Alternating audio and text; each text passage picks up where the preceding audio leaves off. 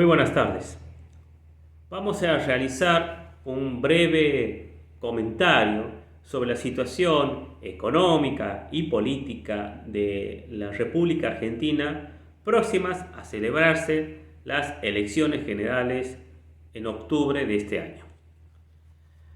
Está más que claro que la Argentina, después de las PASO y de la devaluación del peso ordenada por el propio ministro de Economía, Sergio Massa, al incrementar el valor del dólar oficial a 350 pesos, llevando una devaluación de nuestra moneda cerca de un 22%, va reduciendo de alguna manera cada vez más la capacidad de maniobra de este complejo entramado monetario cambiario, llegando a la incertidumbre de lo que puede llegar a ocurrir después de octubre o después de noviembre en el caso de un eventual balotaje presidencial. Para eso deberemos de alguna manera analizar 5 aspectos o puntos importantes. El primero de ellos es que existen 3 alternativas políticas que tienen mayor posibilidad de poder acceder al sillón de Rivadavia, pero que son muy dispares entre sí. Aunque algunos quieran polarizar la elección entre Javier Milei y Sergio Massa, la realidad es que estamos ante una situación de tercios y que ha puesto de alguna forma al electorado argentino en una encrucijada. O se vota a la más rancia radicalización económica en torno a un liberalismo exasperante representado en la figura del minarquista Milei, o se elige a un liberalismo de derechas más conservador y prudente desde el económico, que representa la figura de Bullrich y de su eventual ministro de Economía Melconian, o seguir con el progresismo de centro izquierda más moderado que el kirchnerismo camporista, apostando al peso devaluado, pero asegurando la soberanía monetaria, aunque suene de alguna manera como un latiguillo de barricada el discurso que propone el actual ministro de Economía y candidato Sergio Massa. La realidad es que la Argentina se encuentra en una situación de terapia intensiva, y no es desde lo económico, sino desde lo financiero. Y aquí me adhiero a las palabras propias del licenciado Héctor Giuliano, que siempre ha dicho que ningún dirigente político quiere reconocer que el problema de la Argentina es la deuda impagable que tenemos como lastre desde hace décadas, y que la respuesta que se debe dar no es desde lo económico, sino desde lo político, al comprender de una vez por todas que la Argentina tiene un problema fiscal y monetario, producto sobre todo del pago de los intereses de la deuda pública. Todo lo demás viene por añadidura.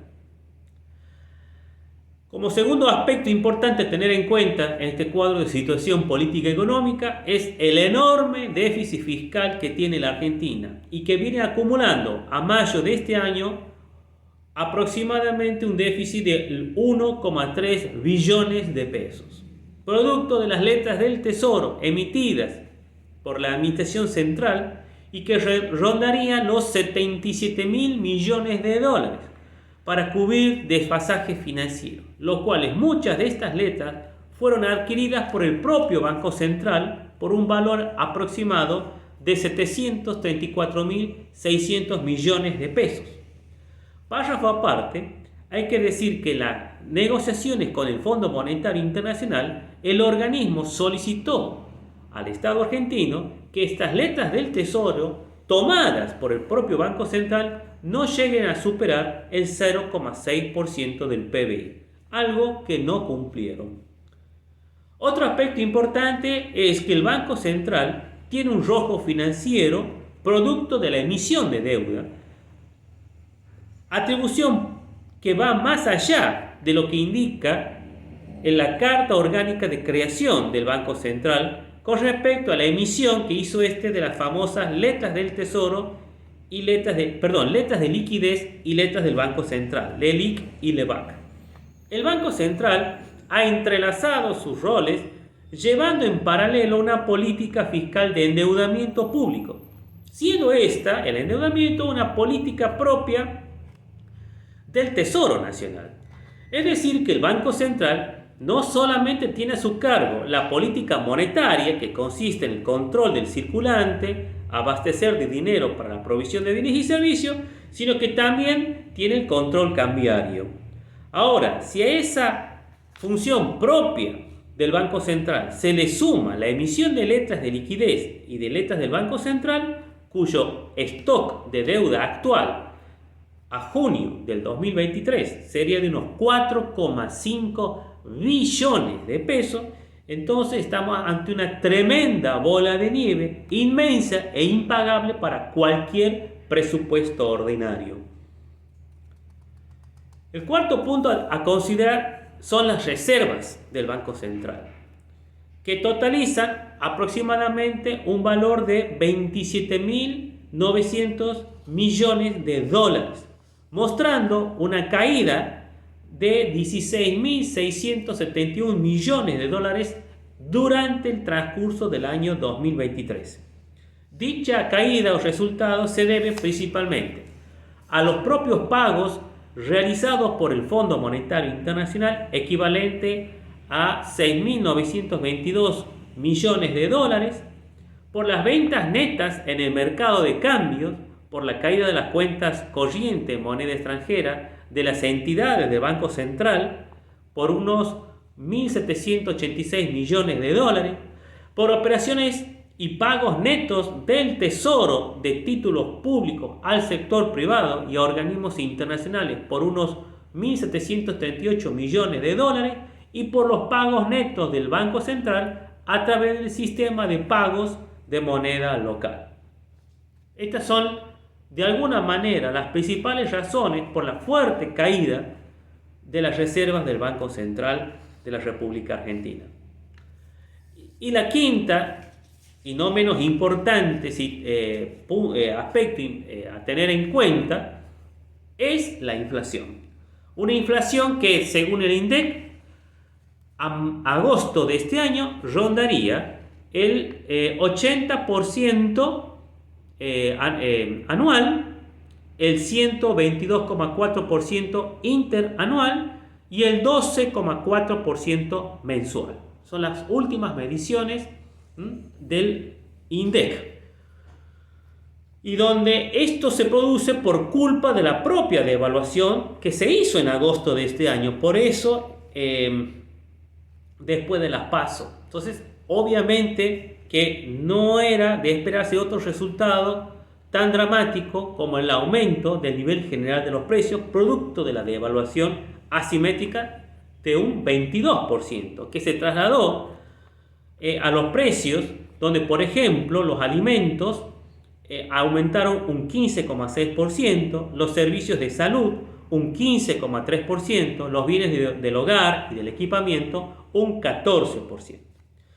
Y ahora el gobierno pretende amortiguar este duro golpe al bolsillo de los ciudadanos, devolviéndole el IVA del 21% hasta un máximo de 18.000 pesos mensual.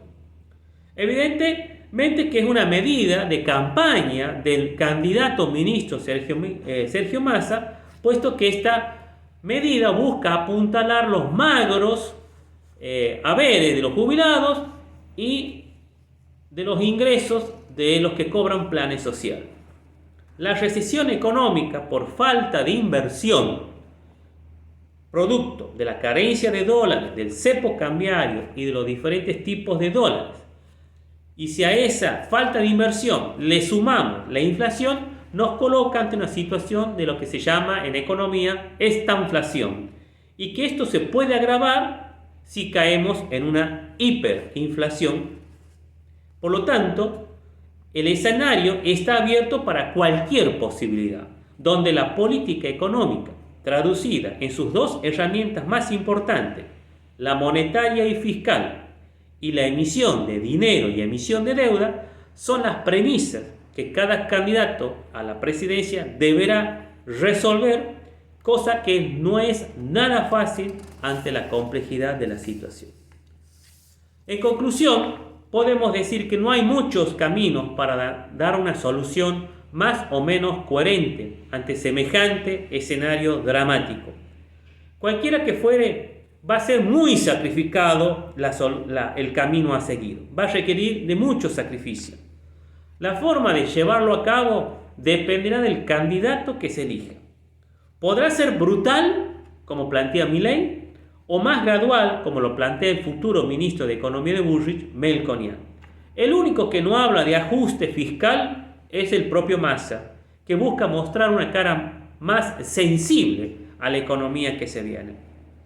Liberales radicalizados o liberales moderados versus socialdemócratas, todos con ese desafío de cambiar un andamiaje que está ya crujiendo cada vez más. Lo que fuere, todos están a favor de honrar la deuda ilegítima externa. Todos los candidatos van a pagar al Fondo Monetario Internacional y de seguir en el juego de la usura internacional, de continuar con la patología del endeudamiento como fuente de financiamiento. Al final, todos responden a la misma Agenda Internacional 2030 y al poder internacional del dinero. Y eso es lo que vale para ellos. Nuevamente los argentinos nos llevan para la mansadora electoral de octubre, haciéndonos creer que solo por la democracia vamos a llegar a buen puerto. Un canto de sirena que nuestros oídos ya lo vienen escuchando desde hace 40 años. Sin democracia liberal y partidaria, también se puede salir de este letargo eterno en lo que está sometido el propio pueblo argentino. Pero para ello necesitamos de un renovado nacionalismo argentino que cree en una república orgánica, social y federal. Una nación que vuelva a creer en sí misma, en el poder de sus recursos naturales y en el poder de su propio trabajo, en el poder de su pueblo y sobre todo en la convicción de que tenemos una espiritualidad con la mirada hacia Dios y hacia nuestra rica historia hispano-indoamericana. Para TLV1 soy el camarada Enrique Fernando Marañón. Muy buenas tardes a todos ustedes y muchísimas gracias. Decir siempre la verdad primero tiene un precio. Pero todos los días, en cada programa, en cada reportaje, en cada esclarecimiento, descubrimos que decir la verdad vale la pena. Decir siempre la verdad tiene un precio. Pero cada vez que recibimos tu apoyo, entendemos que seguir luchando vale la pena. Dependemos de tu ayuda. TLV1, toda la verdad primero.